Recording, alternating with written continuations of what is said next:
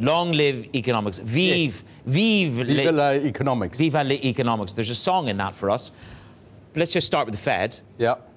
You said to me, do we really care who leads the Fed? Why? Surely we do care. Surely we do care whether it's a hawk or a dove. Yeah, we do, because we want to talk about things and we want to be excited. I want my job. Yeah, but the thing is, the institutional framework of the Fed is so entrenched. It's so strong. Does it really matter? So was Bernanke dovish or bearish? What was Greenspan? What's Yellen? I mean, they do what is appropriate, they think, at the time. The chair leads them and they have a vote. I mean, come on.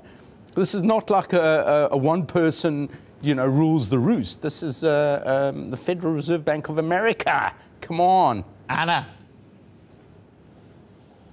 Yeah, good morning to you, David. Very good to see you there in the studio. I mean, predictit.org has these odds. How can anybody have any insight into a decision that is basically going to be made in the White House, though? That's the tricky thing here, isn't it?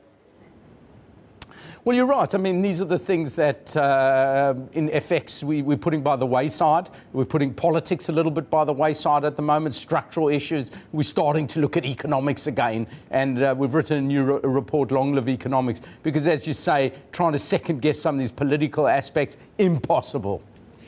Let's just talk about long live economics, because you go through various things. You talk about the structural period that we had, the political period that we had, and then you reflect on the cyclical period being dominant now and onwards. Take me forward. The cyclical period. Bank of Canada's on the move higher. The Bank of England may do something. We'll talk more about that later. But we're in a new cyclical paradigm? Yes, I think we are. I mean, you will notice since the French election, this was the big one. This was the possibility of Le Pen. And from that point in time, although we worry about politics, its impact on the market is diminished.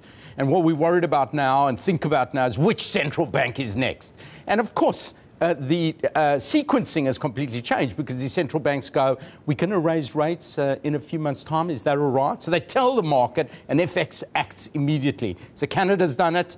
The UK is in the process of doing it. So who's next? I want to buy who's next. I'm hungry for who's next. And to me, it's Aussie in the first quarter of next year. They're going to capitulate and say, OK, yes, the unemployment's low and we've said wages won't pick up, but we're not taking that chance, like the Bank of England. So I want to buy the Aussie dollar. Then you've got Sweden and Norway are going to enter into that camp. And then eventually the Kiwi. I love those four currencies right now, right here.